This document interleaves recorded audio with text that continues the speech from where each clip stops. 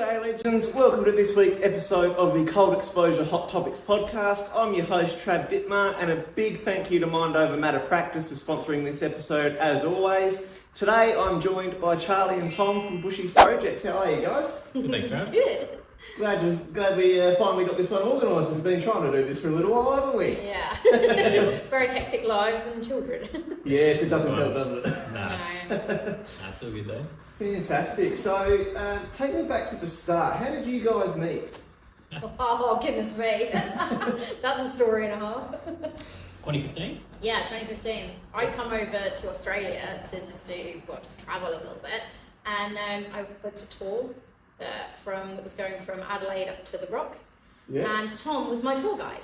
Yeah, right. And it's kind of a little bit like the rest is history, except it not. It was quite a big story, wasn't it?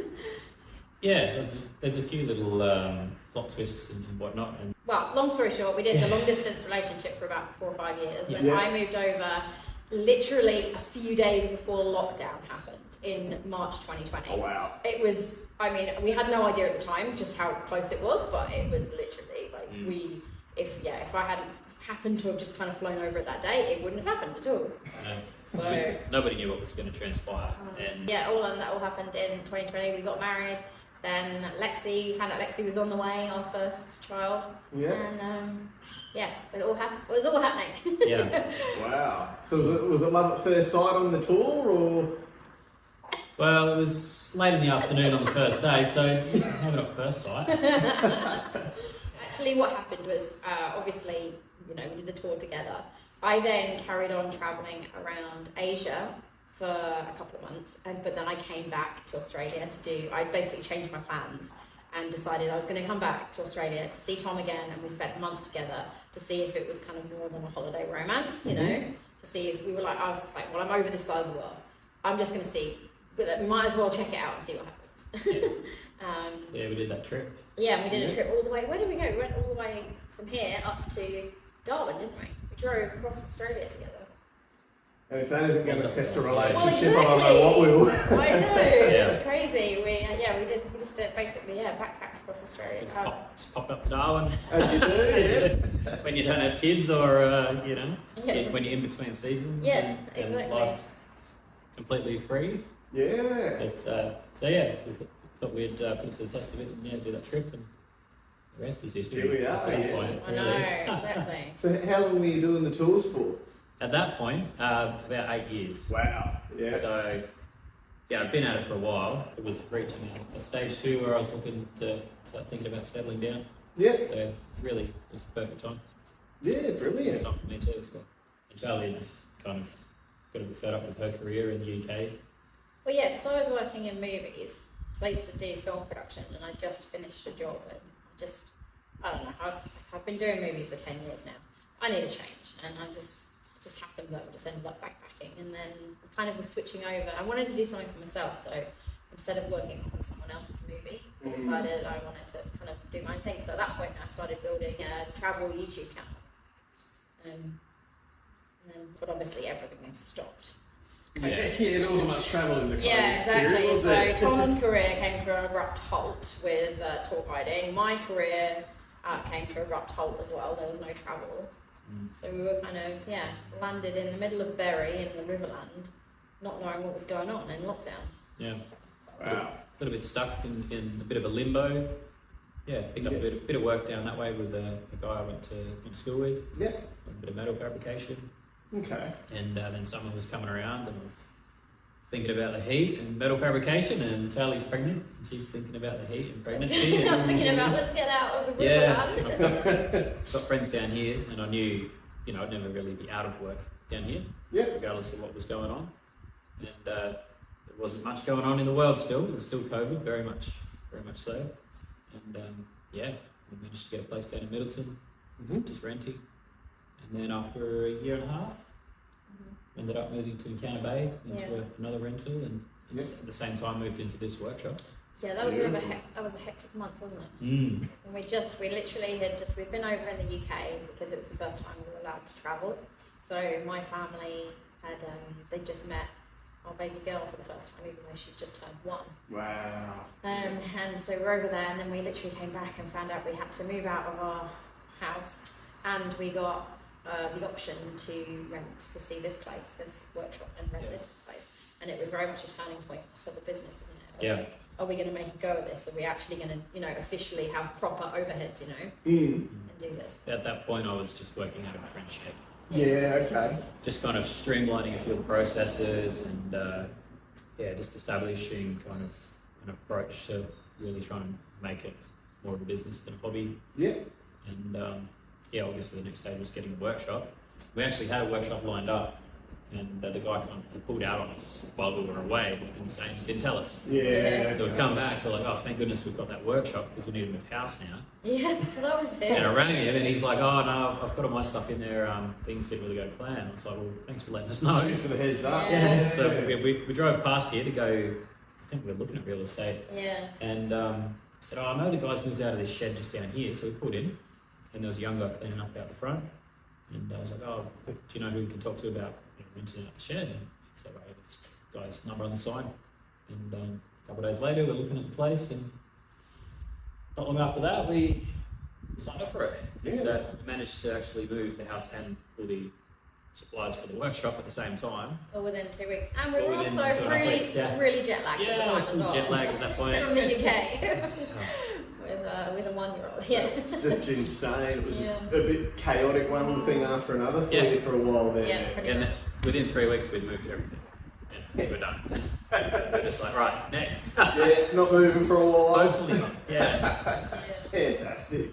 So did the interest for metal fabrication and whatnot, did that start when you were doing some work up in Berry there, or? No, a long story short, I was going to leave high school, and then the principal was like, no, I want you to go over to the TAFE and learn welding. And I was like, sounds good. So the school paid for it, did like an entry-level course in metal fabrication welding. Mm-hmm. That didn't really go towards schooling per se, but I did get a certificate for that. And then I went away, did some work in the Northern Territory, and came back and did an actual 10-month course in fabrication, like welding, fabrication, mechanics, and a little bit of engineering as well. Wow. So that was a good solid 10-month course. And then I went back up to the Territory to work again to save some money to start a trade. And instead, I started tour guiding. So yeah, at the age of 20, I started driving buses. Yeah, right. Out to Uluru, so. Okay. And then, after a few years of that, I took a little break, and then I was just back and forth between NT and South Australia. And 8 years into it. So that's just a little introduction. I've always been really handy, fixing stuff and messing about. And growing up in the country, we had old cars, and we'd take them out rally driving and fixing them and stuff like that. Just tinkering in the backyard with my grandfather's old welder. A couple of tools that I inherited from him. All pretty well self-taught, most of it. Yeah. But the fabrication side, I'm not a fan at all of actual metal fabrication. Yeah. The blacksmithing's completely, it's almost like sculpting. Okay. If you wanted to look at the two, fabrication is, cut it to this length to a drawing, cut it to this length, weld it together. It's like an IKEA in metal. Yeah. And you can't mess it up. It won't work. Where if you're sculpting something, it's left up to you. It's more of an artistic approach. Yeah. So you get that creative Yeah. with it as well. And the leeway too, like you don't want to force something to be a particular shape. It's got to be within a parameter, not a specific exact laser cut thing. Yeah. Which comes also kind of plays into the uniqueness of blacksmithing. Yeah. So, unless you are doing a run where you do want things identical, most of the time you're kind of letting it take its own form to a degree. Yeah, excellent. So, for me, I'm far more On the blacksmithing on the blacksmithing side. side, for sure. Yeah. Yeah. Definitely don't come to me to make you a trailer or something. Well, there goes my next question. No, fantastic. So, when you started doing a bit of blacksmithing and stuff like that, was it sort of, just doing a project here and there for friends or, contacts coming to you for particular things, or? Mostly just trying to make different types of knives. Yeah. Mostly. And failing at that a lot. And then I started to make a few bottle openers, and we started to sell the knives and bottle openers through one of the local pubs in the Riverland. Okay. So they had a cabinet that was made of upcycled materials, and I took it apart, put it back together to suit a display cabinet, basically. Put some lights in there, put a glass door on it with some padlocks so people could steal the stuff, obviously, and keep it all safe. No person reaching in there, you know. Mm-hmm. And yeah, that kicked off the whole Bushy's project thing back way before Bushy's project was ever a thing. Yeah. But yeah, that's basically it really. I didn't really do commissions for people. It was all for myself. I will say, when I was guiding and blacksmithing still, there's a guy in Kibititi. He was really supportive and really positive about me making stuff, and he did actually ask for a couple of commissions. Okay. So yeah, there was one guy had some really cool bowie knives and kukris for him. Yeah. So yeah, there was that. Yeah, sometimes that's all it takes, isn't it? Just that one person that shows an interest. Yeah, absolutely. We did have a lot of interest, a lot of support, a lot of encouragement from everybody. But yeah, as far as the sort of the start of the business, the making, he's probably one of the main ones. Yeah, excellent. Yeah. And so then talk me through the next stages. So, from, I suppose, getting more commissions and then setting up to where we are now. What was that process like? Well, do you know what? I can't really pinpoint an exact time that we said, right, we're going to really make this into an actual business. But it very much was just, Lexi had arrived and you were making products for a couple of cabinets. We had two cabinets by then, but the business was literally just that. And then we obviously progressed to online, so we had a website and we were selling them online. So then we started doing shows, small markets first, which was honestly a little bit soul destroying because it's very hard work. And yeah, markets are.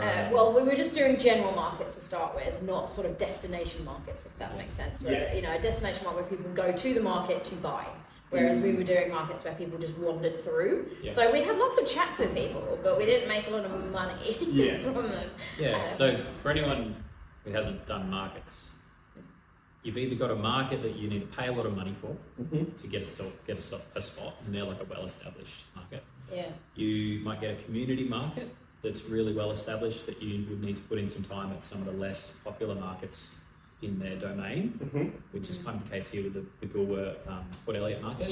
So Goolwa, when we first came down, was really the go-to. Everyone wanted to get in there. Everyone wanted to get in. Everyone wanted to have their stuff there. It was a destination market. It was kind of the cockle train goes from there. The market's there. It's a really cool spot. It's really well sheltered. It's almost bulletproof weather-wise, so that's another big thing. Especially the weather. So yeah, we're like trying to get into that, and they're like, so we don't have the time to put into the less popular one to get into that because we're a little kid and we need to be making a little bit of money out of this. So we ended up doing the beachfront market in Victor. And that's super easy to get into, but it's not a destination market. Super cheap, super easy, but we had a few good days there. Yeah, when we first started out, we had a few good days. It kind of suckered us in a little bit, didn't it? We made quite a lot of sales. But you know what? It was kind of a live and learn situation because we really put our time in. We did it for years, and every other weekend for years. And what it gave us was we chatted to a lot. We basically did all our market research on products and everything, and chatted to people about it. Even if we didn't make much, we still made a bit, and we pretty much got paid to do our market research. So that's one positive way of looking at it. We made a bit of money and we did our market research at the same time. So it wasn't like we only invested energy and time into it. We didn't invest money. And then we progressed to doing shows. We got the first one was we got invited to the Adelaide Knife Show. Oh wow! Which was a big one because Tom has a relative that works in that kind of domain in the business. And we did that one and we did really well. And we were like, oh, this is really good. There's potential here. Exactly. And also because our product's so unique, so different to whatever, we were the only people doing what we do there. And whereas there are like hundreds of people making the same style of knife, and we were doing something different. So we did pretty well. Yeah. So not to take away from those guys, the if you go to the knife show, the knife making scene, they do kind of stick within the same constraints. You know, a lot of chef knives, because that's what mainly sells. There's a few guys there that do really beautiful art level pieces in like folding knives, Bowie knives, different types of Damascus, really exotic timbers. You know, you've got just all beautiful the sort of the range. a massive story behind each knife. Yeah. Kind of collection pieces. That's right, and there's a bunch of guys doing like they're all doing great work. Pretty much, not any of them. No, it's all fantastic. But it's all a lot of maybe 2/3 of it is, I wouldn't say indistinguishable, but for someone who doesn't know knives, it is. Right. You got to know what you're looking for, sort of thing. No, it's not that. I'm not saying that any of it's bad or any of it's like anything like that. It's just it's all kind of similar to the untrained eye. Yeah. And it's all going to perform. And what we're trying to say is we are so outside of that. Yeah. It's worked so much in our favor. You know what I mean? And also, for us, we are doing something that isn't outside of the realm of potential for you to actually come do yourself. Yeah. You know, with just a bit of oversight and a bit of help with the final finish, everything that's on our table, you can come and make in a day. Yeah. Like, not everything on the table, obviously, but there's no one thing on that table that you couldn't come and book a workshop and come and actually make yourself. Yeah, that's really cool. Either a bunch of small stuff or a big ticket thing in a day. Which segues into quite nicely the fact that that's exactly what happened, is that people started asking us at these shows. Well, not hundreds, but like quite a few people would say, every show there'd be more. Do you run it? Do you run workshops? Can we have a go? Yeah. And it was enough that we actually were like, well, we should probably look into this and really see what we could do here. Yeah. And we did. So it took a while to get it, up and running with all the promotion and all the back end paperwork and insurance and everything like that. But it was actually exactly 2 years ago this month that we launched the Blacksmith Experience. Wow. It was in August 23. There you go. So yeah, we've been running it for 2 years now. People can come and make their own knife, cleaver or bottle opener or whatever, Yeah, fantastic. So, so the main, I suppose, item produced is knives. Is that right? Yeah. So we work with the old railway spikes a lot. Oh, okay. They're really forgiving material. So if you're going to hammer on a piece of like high carbon steel, you've got to work it in a really narrow temperature range. Right. And if it gets hotter than that, you're kind of ruining the steel. If it gets cooler than that, you keep hammering it, you're going to create issues. Some pretty serious issues with cracking and stuff like that. So the spikes, it doesn't that. You can get them as hot as you want. You can hammer them down so there's no color left in them at all. The heat treat is super quick. They're really quite a low carbon steel. Okay. So, a normal heat treat, you're looking at least 3 hours. Right. In giving the steel a bit of love, thermocycling and then doing a quench and a heat treat. A temper. So a quench and a temper. So 2 hours in the oven minimum. Where with the spike, you just get it yellow hot, chuck it in the water, cool it down so it's like you can pick it up with your hands, pull it out, get it straight, and then grind it. There you go. And it's done. Like, it's that easy. Saying that it's not amazing steel, but it still holds up. It's better than a really nasty, cheap stainless steel knife that you buy for $10. Yeah.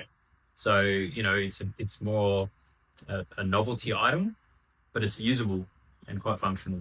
Yeah. Novelty item. So I'll make sure everyone understands that too. I'm not promising them an awesome, amazing, like killer blade. Yeah. It's a cool thing that is usable. But yeah, it's more about the experience, it's isn't it? And then just as much about the experience as having something that you can use. It's still fun to use. Yeah. But yeah, if it is a full day, then we do make all kinds of crazy stuff. Yeah. Really fun stuff. Yeah, we do proper carbon steel blades, cleavers. We were making swords as well in a day. Yeah, Sword band came wow. in. So now I was going to ask you about if that's affected things. It has. Bit, yeah. We can only do it with people that are in a medieval reenactment group or one of those clubs. Yeah. Or if you're part of the Knife Arts Association, you can have a sword. Okay. Yeah. Or if we made it, technically we're supposed to destroy it. It's not meant to leave the place. Yeah. So it doesn't really make sense to do that. So yeah, it's anyway the rules. But we do have a guy coming to make the sword, and he's part of a the medieval fair guys that do the combat. Okay. So yeah, that's cool. That's 100% legit. He can come do it. But in a day, the sword in a day.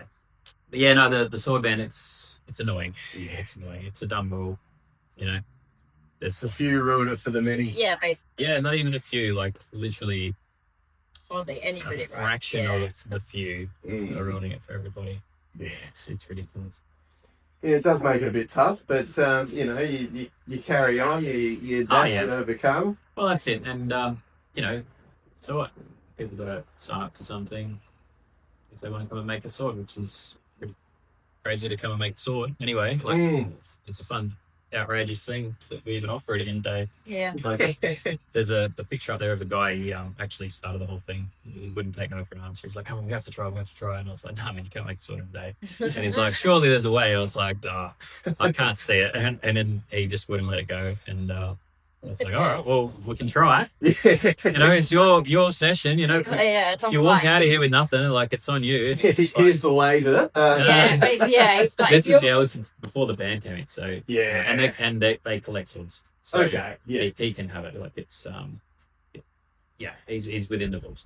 But anyway, we knocked this sword out, and it was pretty rough. But I came up with a way of doing it quick. You know, you get kind of forced to innovate and make things work, and came up with a design for a handle and the guard and pommel, and like the whole thing is just one piece, because you get three pieces welded together, and then the blade slides in, and there's a pin that holds it. Right. So rather than the traditional way where you've got the guard and then you've got a wooden handle that slides on and fits like perfectly. So you can imagine that carving involved to get that to slide on perfectly, and then the handle's like bound, and then the pommel's got to fit on perfectly, and you either screw it on or pin it on, and it's all three pieces, and it takes like days just to do that bit. I just make it welded and then slide the blade in and pin it, and it's all solid one piece. But yeah, anyway, sorry, on a tangent. No, that's all right. I love finding out about this stuff, because I'm not very hands-on at all. Like, I tend to think you either grow up learning how to use tools, or you grow up in a sporty family, and that's sort of where I was. And I mean, my sporting ability wasn't much to write home about anyway. I was good at watching the Ashes. That's what I was good at. But for someone like me, say, who isn't that cluey with their hands and all of that sort of thing, is this experience inclusive for someone like us? Yeah. Anyone. You don't need any experience with hand tools. You don't need the strength. Yeah. You don't need like got the power. But I built power hammer, so the vast majority of the hammering is on there. Yeah. Okay. Rather than an old traditional anvil kind of. Yeah, we've got anvils and hand hammers. I mean, you do use them as well, but Yeah. I mean, you can use them as much as you want, but most people find it for 5 minutes. They're like, let's get that thing going. But no, you don't need to be like big and tall and strong and fit or anything. Like I've had 11-year-old kids come through, and if they're using the power hammer, we just got to put something on the ground so they can get up a bit higher. I can help control the hammer even, and I'll grab onto their tongs. They've got the workpiece, and I'll grab their tongs from the side just to stabilize them a bit, because they can't, they don't have the reach or the strength to hold things steady, and I'll just kind of like let them kind of go, but guide them a bit and get it happening. But this is also a part of the service we offer, because we're small and we're really onto trying to deliver for the people. So we say, we don't limit anyone by age. It's sort of capability, and we want to be, you're paying this much money, you want to be able to participate. So that's our only limitation. Yeah. If you're happy with of what you're going to get out of it, that's all we're worried about. I can intervene and help in whichever way I can to make it work. It's completely flexible in the fact that people, you can do whatever you want as well. Like some people want to make lots of stuff, like loads of whole smoking stuff, then just go hard on that. Some people want to actually talk about the properties of each metal and want to learn all of that stuff from Tom and do the little fine points. But I think the point of this experience and what makes it unique compared to a lot of the other options out there for blacksmithing is that this is very much a come in and have a go, get stuck in. Actually hit some hot metal and see what you can create, and people come in with all sorts of ideas for what they want to make, like garden art and all sorts of things. As far as what we can make, I don't place any constraints on people. Unless they want to make something ridiculous.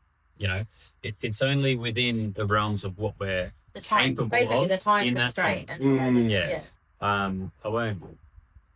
won't just give like this many options and say take your pick. I'll be like, well, let's talk about what you want to do, kind of thing, and we'll go from there. Say yes and figure out how afterwards. A lot of the time, a lot of the time. And if someone wants to make something wacky, I'll give it a go. A few days in advance. Yeah. What's the most quirky thing someone's coming here wanting? Felt like dragon head knives. That girl wanted to make dragon heads on the knives and dragon head knives. I just had a couple come in and make the circular blades for harvesting agave plants and make tequila. Yeah, right. Yeah. So I've got the template up there, but I won't grab it. But it's like a blade. It's like basically not quite a dinner plate size on the end of a shovel handle. And it's like razor sharp, and you go up to your agave and like slice off all the big leaves, and then you chop it off at the ground, and then they take that heart, like the heart of the agave, and they roast it in a big oven, and then they mash it, and it ferments. Right. And then they make it into tequila. Jeez, there you go. Yeah. So anything and everything. Yeah. Yeah, people come in with all sorts of ideas. We've got like it's like the start of our wall of fame behind us here of people that have lady made that sunflower out of horseshoes. Yeah, she brought in a bucket of old horseshoes and they made a sculpture. And her daughter made some spurs for her boots. Wow. Out of a rasp. Yeah. Horseshoe rasp. Yep. So we made a template and cut sections of rasp and folded them and bent them around and punched the slots and made some spurs. So you got the rasp texture on the spur. That's incredible. It'll come out really nice. It's really nice when people bring their own materials sometimes. Something that's sentimental to that, like because we obviously Tom works with brow spikes a lot. We often say, because everyone comes up to us at the shows and markets and says, I've got some of those in my garage. Every time we're like, tell you what, why don't you bring them in and actually make something out of them then? Do something with them, and then you've got your own sentimental material that where it came from. Because everyone goes on holiday like here, there, and everywhere, and they'll pull over for a break or whatever, and they'll just go for a little walk, and there's train track or something. And they can't help themselves. They just pick up the spikes and they chuck them in the car, and then they end up in the shed somewhere. And I'll use that one day. And we might make a coat rack out of those, or that's the classic one.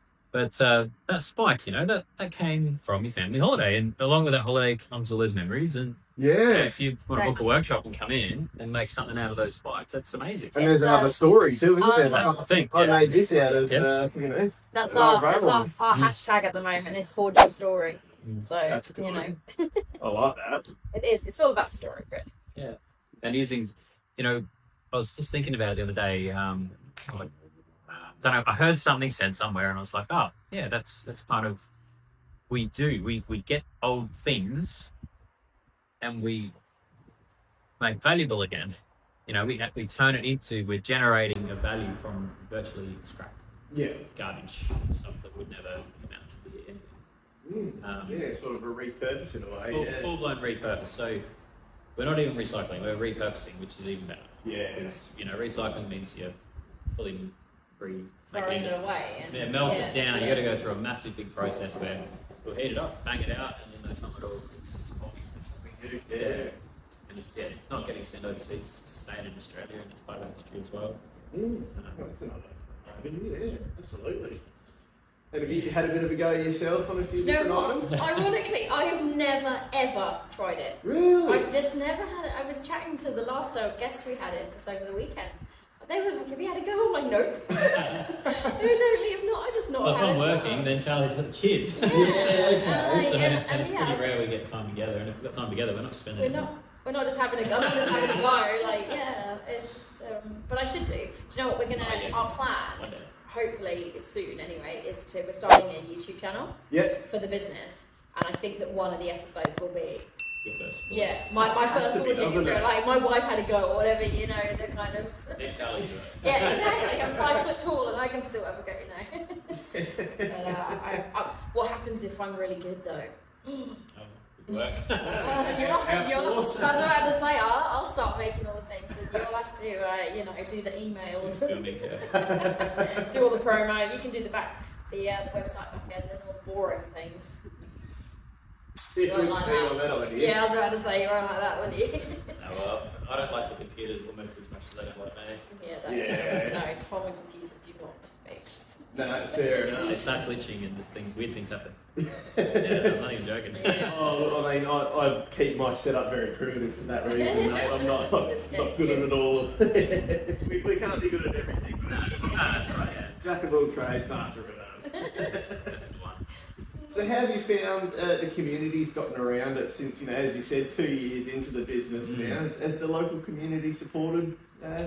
Yeah, it's been amazing actually. Yeah. Can't say a bad thing. Have to mention Phil. He's literally like Few sheds I can down. see his shed from here. He's another knife Between maker. this row of shed, he's the next row of next shed over. Yeah. He's another knife maker. Right. And he also runs workshops. He So runs you can come in workshops. and make your own Damascus knife. Okay. Yeah, really It was- high end stuff. Yeah. Really beautiful. That finish, that laser, you know, precision, just amazing. Yeah. Really, really great stuff. We're way more rough and ready, and you know, Yeah. say hands on because it's completely hands on. He gets you to But make. he was really, But he- really positive and really Yeah, helpful. right from the word go, he didn't even hesitate in his. When we said, we're thinking of doing experiences, you know, he didn't. I guess it's in human nature to suddenly get like defensive, isn't it? Be like, Yeah. oh, Yeah, they're stepping on my yeah, turf exactly. a bit. Like, But he was literally like, oh, it's amazing, brilliant idea, you know. Brilliant. yeah. And And he's like, straight away, if you need any like advice on anything, just let me know. You know, Awesome. like straight up. And he did. He helped us out. He gave us a few pointers, a bit of an idea of a few of the little approaches to it, Yeah. and had a few questions about, you know, what it's like having people in your workshop, and he straight away, you know, was able to answer and give you a bit more reassurance. Yeah. Because I was just worried, you know, people hurt themselves and things like that. That's just that work health safety bit. Yeah, and the insurance as well, which turned out to be okay in the end. We were a bit worried about that. It took a while to well, find it the did right take one. a while because it's not your normal thing that you insure. It's the blacksmithing experiences, but we got. Especially Well, in- actually, I spoke to Baz from Chop It, Yeah, and, yeah. and I was like, anyone that insures axe throwing surely should help insure us. So Yeah. so that was a good little tip. Yeah. He gets everywhere, Baz, doesn't he? Oh, I've still yeah. been trying to get him on as well. Oh goodness me, yeah, he's super busy. Yeah, that's what he said, I think. Yeah. Yeah, he's onto it. But yeah, no, even like the guys across the road here, like they're just a storage shed. But Yep. they've popped over a few times, had a chat. I've been over there, and I've helped them out. They've helped me out. We've traded materials and Yep. and whatnot. And the guys next door, like they jumped in straight away and gave us power because of the sheds that burnt down at the front here. Yeah. I'll try and keep it as concise as possible. Easter, the Wednesday night, the sheds burned down. Yeah. Thursday morning, we came Went to to the- make sure everything's okay, Yeah, Mhm. just quickly, and then we had to go to Meadows to set up for the The Easter. Meadows Easter Fair. Wow. Everything was already packed in the car, Yeah. so we You came don't do here. things halfway, do you? No, I It's all know. dance, isn't it? So, but in that time of coming here in the morning, I rang Phil, and he said, "Yep, I'll run some power leads for you." And he ran leads across, you know, put them just next door, and I was like, "Shit, it's got to cross a road." I was a bit worried about that. Yeah. And before it even needed his power, I spoke to the guy next door here, and he's like, "Yeah, no problem. Run some leads. I've got plugs in that and shed. So there's an easement there. There's access down there, but no one drives down. Yeah. So that was even better. Straight out of his shed, straight across the easement. straight in here, and then our landlord, after a little bit of convincing, he got the electricians to put in some plugs to actually run the power to the shed itself. Yeah. So their power's going straight into our shed, which runs all the power points and lights and everything. So we're back in action. That's great. Within a couple of phone calls, bang, like, you know, where does that happen? Like he didn't have to do that. But the only reason we could function is because we had a nice neighbour. Yeah. That's right. Because we were running just off the leads for a bit, and it was really annoying. Like, oh, cool. Oh, we still are. We're still running off his power because the power leads are. Because at least we've got power points. Yeah, exactly. Trying to run extension leads to this machine, that machine. Every time you change machines, you can't have everything plugged in. So unplug, plug in. It's a nightmare. But the community's been really, really good. It's excellent. The Quad Elliot show, with being invited to that, getting involved with that, and meeting all the people, kind of local people. Oh, we love that. We love the Port Elliot show. I'm looking forward to this year, just because it's here. You know, this is our town. This is where we are. We're in Port Elliot. So it's nice just to chat to the actual locals. And it's. I think over the last 2 years, people have they are starting to recognise our business, and you know the brand awareness is kind of getting out there slowly. People now are just like, oh yeah, no, I know where you guys are. Oh yeah, I've seen, or I drive past your sign on Waterport Road, you know. So it's exciting. Yeah, absolutely. No, it's good to see that more people are getting involved. Do you find that it's busier in the typical tourist seasons, or is it sort of a year-round thing where people are coming in? Do you know what? It's actually fascinating because of the nature of, you know, being by a forge in the heat. People actually are like, everyone else's down season is actually our busy season. Right now, like actually August so far is busiest for workshops. We're flat out with workshops. It's really hectic. So but it's obviously busy during summer as well. Coming down, checking it out. That last summer, we somehow miraculously got bookings on the coolest days for the whole of the summer. We didn't have any. Isn't going to happen again this summer. No, right, definitely. We didn't have any bookings when it was going to be like 36 degrees or something. Yeah, it was literally like this ballet dance between the hot days. Like, I don't know how it worked out so well. It was perfect. We did not have to work a single hot day. Yeah, brilliant. Which is really good. I'm going to have to get a big evaporative unit for that workshop though. For this summer coming. Because we can't have people in here if it's over 35 degrees. That wouldn't be a good experience. Wouldn't be fun. Even if the fans are going, it's still too hot. And the grinders overheat. The equipment can't handle it. So there's no point destroying equipment and jamming people. Of course. You know, it's one thing to go for a sauna and you know, but it's another thing to be stuck in a hot shed for 4 hours or 8 hours.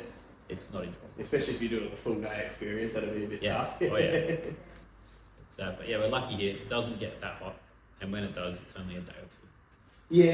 I suppose that's a good thing as well. And you know, people, I suppose, from my way up in Gawler, where it is a bit hotter in the summer as well, you come down here for that cool break. So there's probably that influx of people coming in as well. Yeah, definitely. The summer it does get a bit crazy. I mean, it's only over really the big holiday breaks. Easter, Christmas. Straight over the weekend. Things like that, but that's really crazy. It's just busy. It's saying that it is getting more developed down here. A lot of houses being built, a lot of families moving down. There's 2 childcare centres, 3 childcare centres getting built. I might have to let my wife know that. She works in childcare and we've been eyeing a move down here for a while now. So come down here, it's amazing. I love it. I love it. Long winters, but definitely long winters. But pretty fair. It doesn't get freezing cold. That suits me fine. So it's the climate down here is great. I love the long winters. I'm British, so you know. Yeah, I was going to say. I love it when it's cold. You're still rocking the t-shirt. We're all rubbed up. And I think it's certainly on the cards for us to move down here, but we've obviously got a 4-week hold at home, and I think the family want to spend a bit more time within up there before we come down, but it'll definitely happen one day. I'm putting it out there. Excellent. So we talked a little bit about some of the challenges there, but what have some of the challenges been getting the business off the ground, and you know, I suppose consistency of income and that sort of thing? Yeah, we're definitely we're still very early on in the business. It's very much a feast or famine situation, which it can be very challenging. But it's just you just have to push through. You know, you just have to not give up like that. Yeah. I go through waves because I'm in charge of pretty much everything to do with the business side of everything, and so I feel like responsibility lies on me because I'm doing promotion. You know, I'm doing everything like that. So if we're not selling workshops, it's kind of my fault. So I feel like a lot of pressure to be, doing that sort of department. But on top of that, we've got 2 small children. That's right. Yeah. So I'm a full-time. We still haven't actually hit the point where the work for the business is all consuming, if you know what I mean. Yes. We're still on a fairly good work-life balance at the minute. Yeah. Yeah. So it's hard in that, like, obviously, with kids, you don't get a break. You're kind of always on, but that's the same for parents. But in a couple of years, they'll be older and the business will have grown. So the size of the business will kind of occupy that space that we currently have now for the kids. Yeah. So but for the cash flow, it's not too. We've been lucky. Charlie's worked really hard to keep the sales up with the promotions on social media and things like that. And we've done like flyer drops and postering. What do you call it? Put posters up everywhere. Yeah. All the sort of towns in the vicinity. That kind of goes back to the community side of things. Whenever we go anywhere to put posters up, we usually get quite a good reception. Yeah. People really support it, especially they look out of everyone the best. They're so welcoming. Everyone's so happy to do it. Victor was good too. Yeah, it's especially good. I don't know why. It just was so warm, like, you know. But yeah, the challenges for us at the moment really are, it's just us. It's just me and Tom. Yeah. And we don't have all of my family are in the UK, and Tom's family don't live anywhere near us. And so we don't have any consistent support. So it's literally us. Yeah. You know, like we've had to do up to these 2 years, we've had to just make it work on our own, and it's very difficult. And you burn out very quickly. Yeah, you got to be super careful not to overdo it. Yeah. So how do you guys keep on top of that burnout? And obviously. Well, we're trying to work that out. Yeah. Well, we did come up with something recently. Actually, it was we went away and we did a little trip back to the Riverland, and we just changing location just for a couple of days, even if it's just like 2 or 3 nights somewhere. If you can get a little time away. Yeah. That's how we're now implementing that into our regular thing. Every 3 to 4 months we have an actual proper break, because we just don't have a break, or because of the nature of my family being in the UK, we just don't have any holidays all year, and then we have one big holiday. Yeah. Like for instance, this year we're going to the UK at Christmas, so we booked that in January, and I just was thinking, so we're not doing anything until December. But it's like you can't go the whole year without having a break. And we also, because of the fact that the workshops run over weekends, we never get 2 days off consecutively. We don't have together. a weekend. We don't have a weekend. So we don't.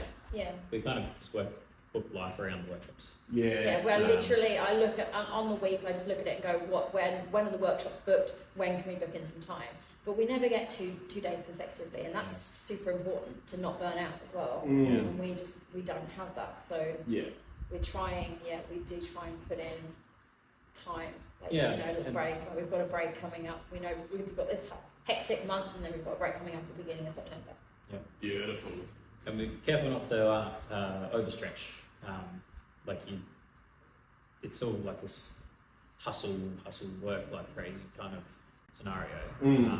When you work for yourself, you are adding your effort, your work is adding the value to the business. Yeah. Comparatively, it's the same. If you work for somebody else, you've got to earn what you're getting paid. You have to be at least making for that business 3 times that.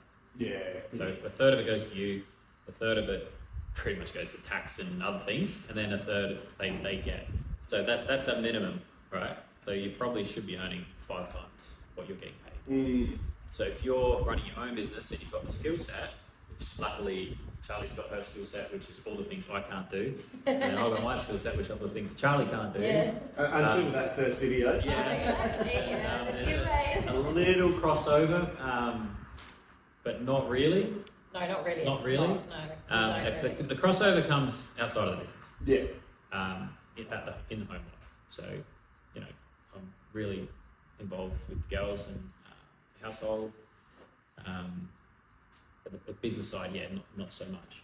But going back to if you're working for yourself and you've got the skills and you've got the efficiency and the processes down, you are working like, or in our case, I guess, intensely, but purposefully. Yeah. And the value's there. Also, so you're not working 50 hours on the tools to get your week in. Mm-hmm. Like I'm working 4 days a week, but you've flat out. The thing I think you have to always remember when you are running your own business, you've got to always remember your kind of the reason we're setting up our own business is to have the freedom to be able to run our own timetable. You know. Yeah. Like if the weather is like, you know, the weather's so temperamental around here. If it's summer and it suddenly is an absolutely gorgeous day and it's flat calm, you know, we want to be able to go, hey, let's just go out on the boat. And it's a Wednesday, you know. Yeah. I mean, there's obviously, but if we don't have a workshop booked. Yeah, of course. But and if work needs to be done, you've got to do it. Yeah, you do. It is a fine balance. We can schedule ourselves too. So, you know, if there's a bunch of hot weather on its way, then I've got to just get time in early in the morning and then have to finish in the afternoon, early afternoon. Yeah. Stuff like that. You know, you just got to keep it real, not overdo it. Make sure you hit the deadlines with everything and the workshops are the real thing you've got to turn up for. Like, and I love that. I love running workshops. It's a big crossover with my writing sort of days with my teaching, sharing knowledge and hands-on experiences. So. And I suppose no experience is going to be the same either, is it? You get different people through the door. Like we said before, they've got different ideas. So. Expectations, even different skill sets. Yeah. Different personalities, different backgrounds. Like everyone is just so not cookie cutter when it comes to participating in a workshop. Yeah. And like there really is no one else around that does what Tom does. Because of the fact that there's no one that has his decade of tour guiding experience on top of the also however long decade of knife making and blacksmithing and you know just that innate passion for that as well, like combining those, because you know there's a lot of people around that do either, or they can be a knife maker but they're not going to have that tour guiding experience to be able to work with groups of people, you know. So it's sort of one or the other usually, isn't it? Exactly. So it's completely unique. Unfortunately, we can't really upscale our business because we don't have more of Tom. We can't franchise it anywhere at the moment because we need more of we'd have to get Tom's gonna have to start training people up. At some point. I mean, we will outgrow this shed within the next few years, I think. I do have a vision for more workstations and potentially it was an idea at the start. I don't know if it's going to work, but like a membership, like a gym membership. Okay. Yeah, so people can come in, but have book a slot kind of thing. Book a slot and then have like a little, a section where they've got to sign out materials, so, you know, they've allocated an amount kind of thing. Anyway, I won't go into details on exactly how that might happen, but it's just another idea. But yeah, how the hell we would attend to that. But it'd be cool. You know, there's a lot of time in the week where there's not a lot going on. But in the future, maybe that's going to change too. We'll just be running workshops flat out. But we're also different in another way in that it's an exclusive booking. So we're not trying to fill like a bunch of slots and get people in. Like one person books, that's it. That's it. That's them. That's them. Or if there's two people, those two people, that's their slot. But they don't book separately. They're in they're together. They book together. And for the groups, it's the same. They're a group of people that work together. But other people they mix it up a bit, and I'm not sure. I should know, but Ryan, he's up north of Adelaide. He runs a business called Fallen Forge. Okay. He works with return veterans and people that have gone through some stuff. And I do want to mention him. They do some great work up there. They run workshops as well. So he's kind of got the north side and that other market of people that have put the time in the military and not just that either. He does really good work too. So, but a little bit, once again, a bit more constrained to the knife making side. Yeah. Not that side. Yeah. As far as I know, maybe he does dabble in. It's good that you're able to plug different people like that as well. Oh yeah, it's a pretty tight knit community. It's a good community. Everyone sends people here, there, and everywhere. Yeah, because everyone has their kind of niche in a way. If someone rings us up and says, "Oh, I really want to make a really chef beautiful chef Damascus knife," we'll be like, "Stop you there! Go to Phil. He's just down the road," and and vice versa. Where are you? Oh yeah, we're here. Oh yep, you're south or. Or we'll send you up to Ryan, or whatever. Up to Ryan, or there's a guy in Harndorf too. Terrible. Their name either day. Yeah, I know the one you mean. The name escapes me as well. But it's called the Harndorf shop. I think it is. Yeah. I think it's pretty. Yeah. That rings a bell. No, it's a great community. Everyone's really supportive. I think a lot of the guys that are in the community are in it for, don't want to say mental health reasons, but for, that outlet.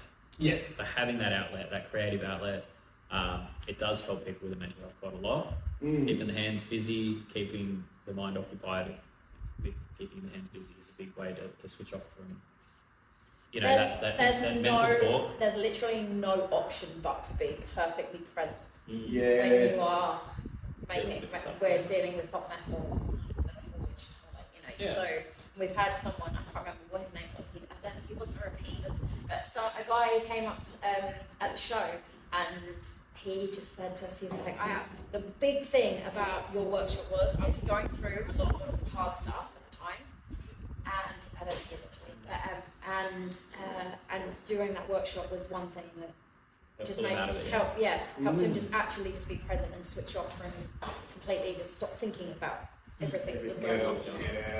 Well, that's really powerful, and I suppose there's also that reward at the end, isn't there? This is something that I've created, and I've been able to distract myself throughout that time. That's an aspect I didn't even consider. That's really, really cool. And people take everything home that they make. So we had to recently put our prices up for various reasons. But initially, when we had our 30% off deal, people were going away with more in value of products than what they'd paid. If they wanted to sell those products they'd make a killing. They'd make an extra $50 or whatever. So that's you can't really give any more value than that. Exactly. They're getting an actual full-blown experience and taking everything home. It's like the best of both worlds, isn't it? Yeah. Yeah, right now. Gift vouchers available. Right now, half day one person is $5.65 with the current deal. Okay. So $5.65. If you made 5 spike chef knives, which is possible for one person, half day, you're looking at $620 worth of knives. Yeah. Wow. Yeah. So. You could still do it. Absolutely, you could. Yeah. But that's if you do all the same things. So if you do all these different things, then we need to adjust the tooling. We need to change things around. We need to have a bit of a different approach. Yeah. But if you're just doing a batch of the same, we can do more stuff of the same, and quite often people jump on that and just go full out. Yeah, that's incredible. It's a pretty easy sell, really. Yeah. It has affected our sales actually at markets.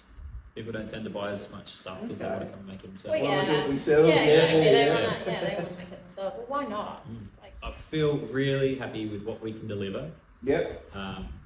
What people that come, how interested they are, how they can experience and learn, and then take things away. And if you buy the voucher for someone, make sure you put your order in.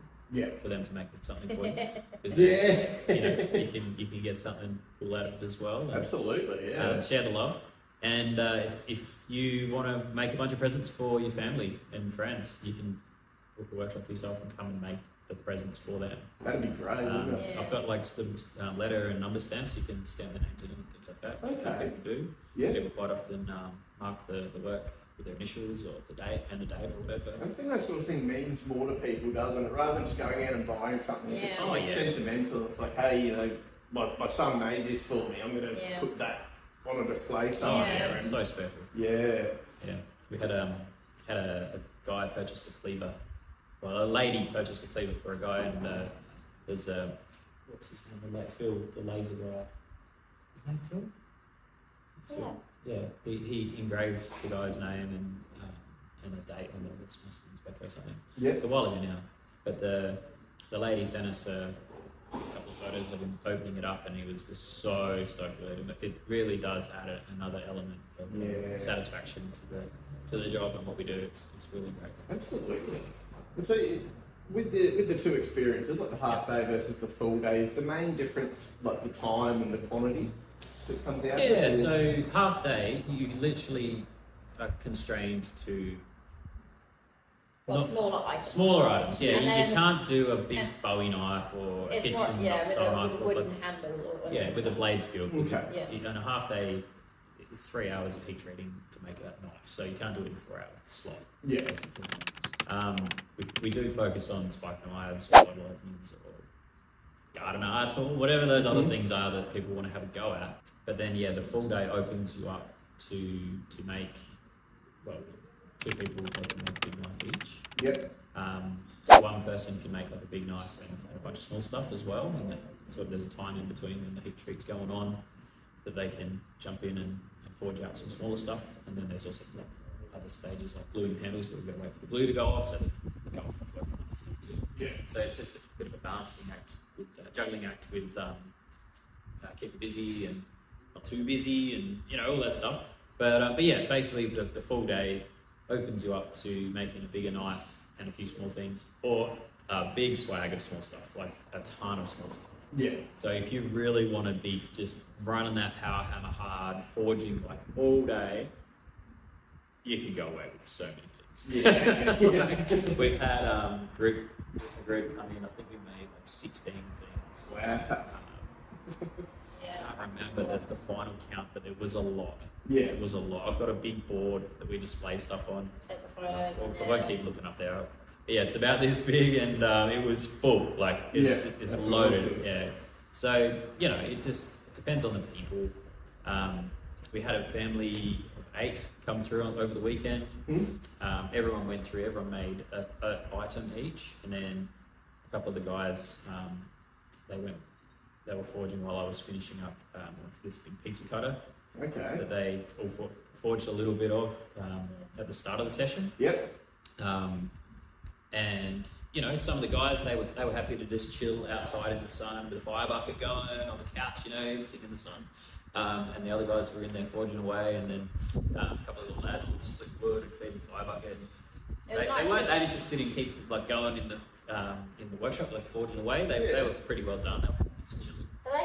Eating snacks and hanging out. It was 2 families, and they just wanted to spend time as a family. They said to me, I was like, why did you pick this? And they just said, we just wanted to do something together as 2 families, and they said they struggled to find things to do. Yeah. So. Yeah. And something unique as well, like we've said, you don't get this sort of experience virtually anywhere, and people are always crying about being time poor these days and struggling to catch up with people. So I suppose it's really that advantage, isn't it, that a group can come in together, do something completely different, and spend quality time together and take something away from it. Oh, that's right. And that group, we say up to 6. Right? Yeah. So that's 6 is the max that you kind of comfortably fit in the forging room. Yeah. 6 is kind of the limit for having enough time to start to get the hang of doing what we're doing. Yep. Otherwise, just kind of spreading that love a bit thin, which we did talk to them about, and they were cool with it. Mm-hmm. But for that 8 people, that it ended up costing them $200 each for the whole day. The whole day. Yeah. That's incredible. Which is pretty damn good. Like, I was completely at their disposal. The area to hang out.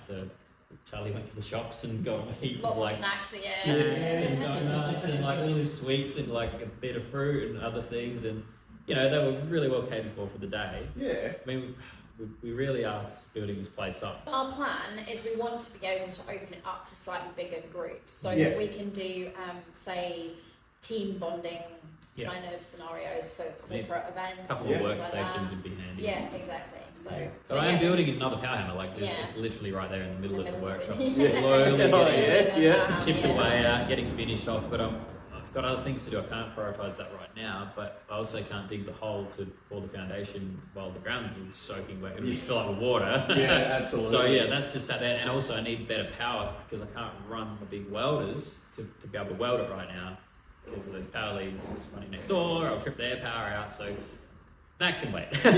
Other things. That is coming. That's going to be in the forging room as well. I'm going to reconfigure the forging room, and if people are coming in that I'm comfortable can operate the machinery, then I can kind of focus on one at a time, and they can just keep forging away, doing their thing, and we'll have 2 workstations going, and the forge can hold enough material to keep people busy, no problem. So even I do have a bigger forge in there that I can chuck even more stuff in. So yeah, we'll see what happens in the future. Like it's all growing very organically. Yeah. People, like, we're not doing any big leaps in any direction. Like, people are giving us the feedback to act on. Yeah. We feel really stoked with what we've created so far, in that we haven't wasted any time or effort on anything. It's all come about like as it should, And I think that's a testament to the two of you, the experience you've both got from such different areas, and it all just combines beautifully. And I'm always keeping an eye on what you're posting on your socials around it all as well. And is that getting some good engagement as well? Well, yeah, I mean, I'm kind of going in all directions at the moment. Yeah. I've my personal stuff, I've kind of put it to the side really, because I don't really have time to be consistent with it. I would really love to, because I run another YouTube channel as well, which is a kind of a mum tips and content channel. But I don't really have time to be doing that consistently at the moment, which drives me a little bit nuts because it's like my creative outlet. I've always done YouTube. I've always made videos. Ever since I was little, so I'm innately a filmmaker. So I want to. One day we'll get back to that when the girls are maybe full time in school and stuff. But yeah, I kind of put all my energy at the moment into promoting our business and just working for our business and trying to do that. Really. Yeah. With a little bit every now and then, I do love the ones, the lunchbox ones that you do. What was packed and what was eaten. Yes, I know. Everyone, do you know what? That's the most popular content. Is it? I get messages all the time. People just love it. It's crazy. It's right? relatable. That's I know. It is. Well, the fact that I pack this beautiful lunch every single day for my daughter, and she doesn't eat any of it. The fruit's always. The fruit has one bite taken out of it. I'm like, great, apple ruined. Great. Yeah, because that can't even be repurposed. No. You can't even eat that at home. Yeah, exactly. I have to chop it up later, but But it's funny. That is the most. That is the big thing though. I just try to make relatable mum content, Yeah. Because I'm nowhere. I'm the opposite end of kind of pretentious Instagram. I'm just not. Yeah. That's not my zone. I'm just real, raw, relatable scenario.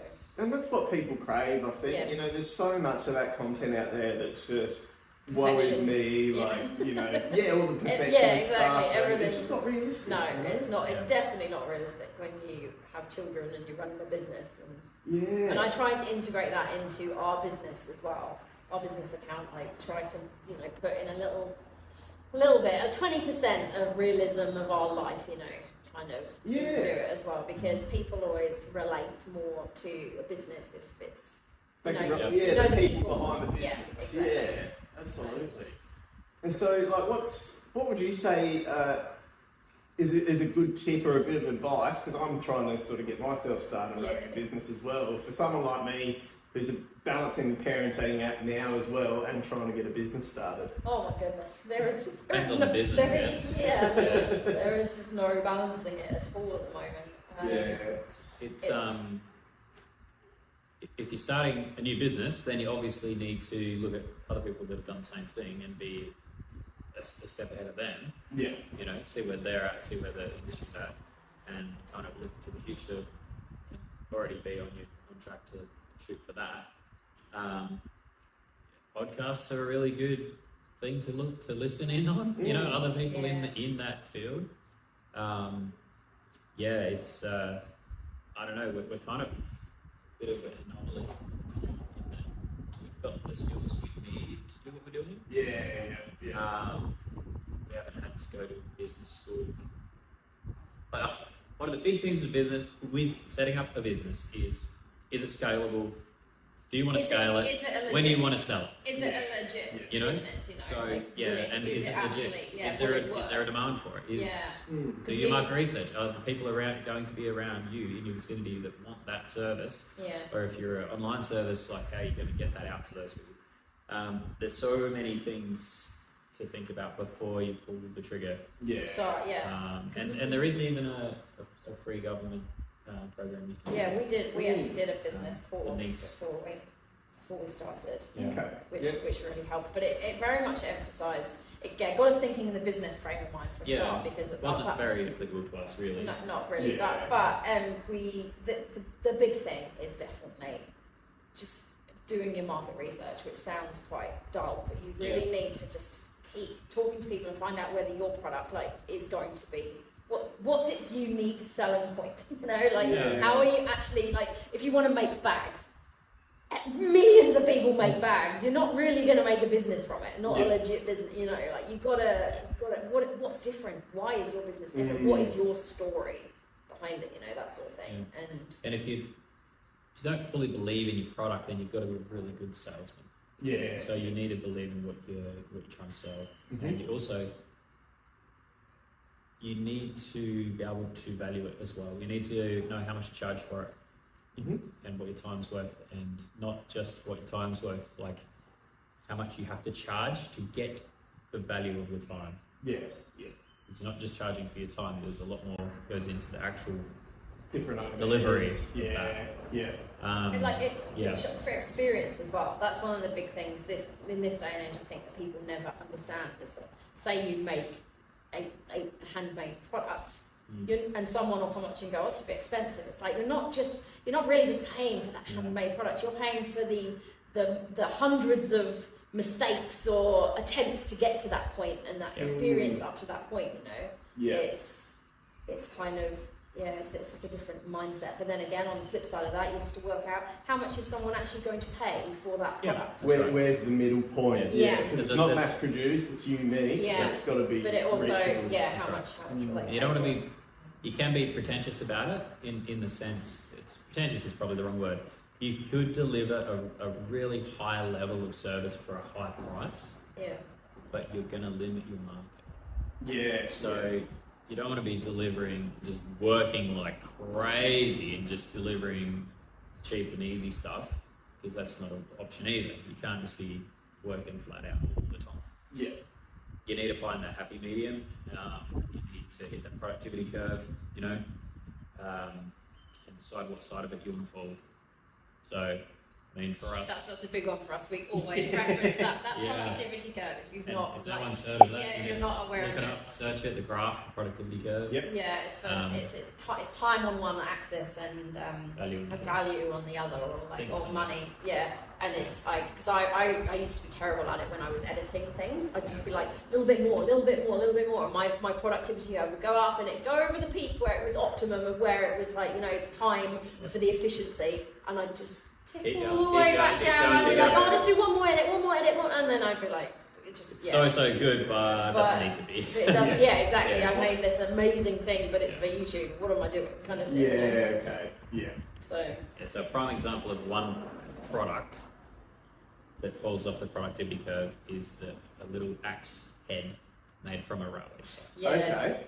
Everybody wants one. Everyone asks for those. Everybody wants one, but no one wants to pay more than $60 for it. Right. So and you can't make it. I can't make it. I can't make it for less than $120. Right. So double that. So no one wants to pay for it. And it's just, I don't know, I guess I could really work hard on my tooling and practice making it and whatever, but I'm just not that keen. You know, there's so many other things that I need to be focusing on. That is one thing that we've kind of adapted in our business. When we first started, Tom was obviously just making things, There's a reason it's called Bushy's Projects. It's because it is projects. It's like he's always got something on the go, always creating something. But as the business has grown and as we've kind of gone down that business mindset more, we now are every time, like for instance, Tom comes up with something, I then will look at it and go, is this a legit product? Can we market this product? Is it worth it? You know, and we do have to think of it more in the business sense that way. Yeah. We didn't used to. We don't have a choice. When we first started, we just make sure it's viable. Yeah, exactly. Yeah. No, we do have products that don't actually make very much. But you need a diverse range of stuff. Of course, yeah. You know, and those products are often the more expensive things. So yeah, like a pizza colour, for instance. When you do sell it, you're still making a good chunk of money for that one sale. Yep. But you have sunk a bit more time into it than necessarily really charging for it. But also, you look at some of the cheaper stuff, and it's probably not that bad of a difference trying to sell 3 cheaper knives to 1 more expensive one. Yeah. And they start tallying up all that extra time, if you know what I mean. Yeah. So it still doesn't work out as good, but kind of levels out a bit. Yeah. Anyway, it's a whole different game. When you're the manufacturer and the sales, it's very different from manufactured to order. Of course. Pay the transport, and it sometimes doesn't even land in your hands. You're just logistics. Yeah. You know, the middleman, Yeah. But you're not actually doing any creating, you're just doing the logistics. Distribution, yeah. Which is, probably a pretty easy way to make some money if you know how to do it well. Yeah. You can find your market, big marketing, and all that stuff, but obviously, for us, it's just as much about getting people in and doing hands-on and making things myself. Yeah, excellent. No, that's really, really valuable. Thanks for that insight, guys. I'm sure a lot of people will get a bit out of that. Bit wishy-washy, but also, it's hard to give good advice when we really don't know what we're doing ourselves. What are you talking about? I think you're going pretty well. We've been doing this for like 5 years now. Yeah, we kind of wing it, but we also stupid about it. You have to start. Yeah. You have to wing it a bit at the beginning, I think, and you have to have a little bit of you have to take the plunge. Yeah, it was calculated risk. Yeah, exactly. Yeah. You just have to take that plunge and just go with it, because otherwise, what are you doing? Yeah, exactly. And you don't overpromise too much. I'm really. That is one of our big things. Is always with any business. I think one of our mottos is definitely under promise and over deliver. Yeah. And that's a big thing for workshops. Is never be like, we can make all of this, because if you don't set people's expectations up, it's a disaster. It's always people's expectations that create happiness level there. So satisfaction. Yeah. Like in saying that too, at the beginning, I did promise quite a lot. Mm-hmm. So maybe I did over-promise a little bit, but I would also over-deliver even. It balanced out. It worked out. Where now I know kind of. You know what you do. That's right. Now I definitely under-promise and over-deliver. And it's still, people are still blown away by what they're getting under-promised. Absolutely. So, and there's some programs on TV and of course YouTube of blacksmiths and knife makers and stuff doing different projects, various things, and what they can achieve in a sort of time frame in a competition game show, we can do in a day session. Plus a couple hours, obviously. But for a beginner, come in and make an awesome big knife in a day. Forge. Exactly. It's pretty. We've got a pretty special thing going on. Yeah, it's really unique. I've certainly seen nothing like it before, and I think that's what got me so interested in trying to organise getting to come down and speak to you guys about it for sure. Is there anything else you want to mention before we start to wrap things up today? Not really. I don't know. I think one aspect of running the workshops too is just having chats with people. And just sort of meeting people and just having human interaction, just chatting normal, like friends to chat, being quite kind of open with people and just being genuine. And you see, like people don't know what to expect coming into a blacksmith workshop or into an experience. Yeah. And when they can sit down with someone who's not judgmental or whatever, and like that guy, he opened up about he really benefited from doing a workshop and getting his head out of sort of the rut of thoughts or whatever. Just being able to be a positive influence in people's lives and just take a chunk of time out of the day to not just be another person in the world, passing them by, but kind of something a bit more. I don't know. Lost the words. Well, it's definitely. I think it's more than just like coming to do a blacksmith experience, isn't it? It's more than that. It's just a way to kind of anchor yourself and be present. And achieve something, that really is outside of your capability. But having someone like myself available, like right there to keep you on track, and you're part of the process. And, you could be all about the forging, you could be all about the metallurgy or the finish or the this or the that or like material or whatever is going on, or just take it all in and I don't know. It's just every aspect of it is interesting and cool. Well, everyone's walking in with a different story, aren't they? As well, definitely. And sometimes all you need is just to get in front of a forge with a Bushy strength coffee and away you go. That's the one. Excellent. Well, thanks very much for all your time today, guys. Where can people find you online if they want to get in touch? Well, our website, which is www.bushysproject.com, or our Instagram, which is our handle is bushys_project, or same with the Facebook. So just anyway, Google Bushy's projects and you find. Fantastic. Or just come down to Port Elliot and catch up with the guys. And then we'll be at the Port Elliot show, and we're going to be at the Viking Festival, and we'll be at the Adelaide Knife Show. So come along and have a chat to us. We love having a chat. Absolutely. Excellent. No, thank you very much again for having me. It's an awesome workshop, and I can't wait to see what's next for the business and everything to come. And thank you all for tuning in. Look, the sun's right there.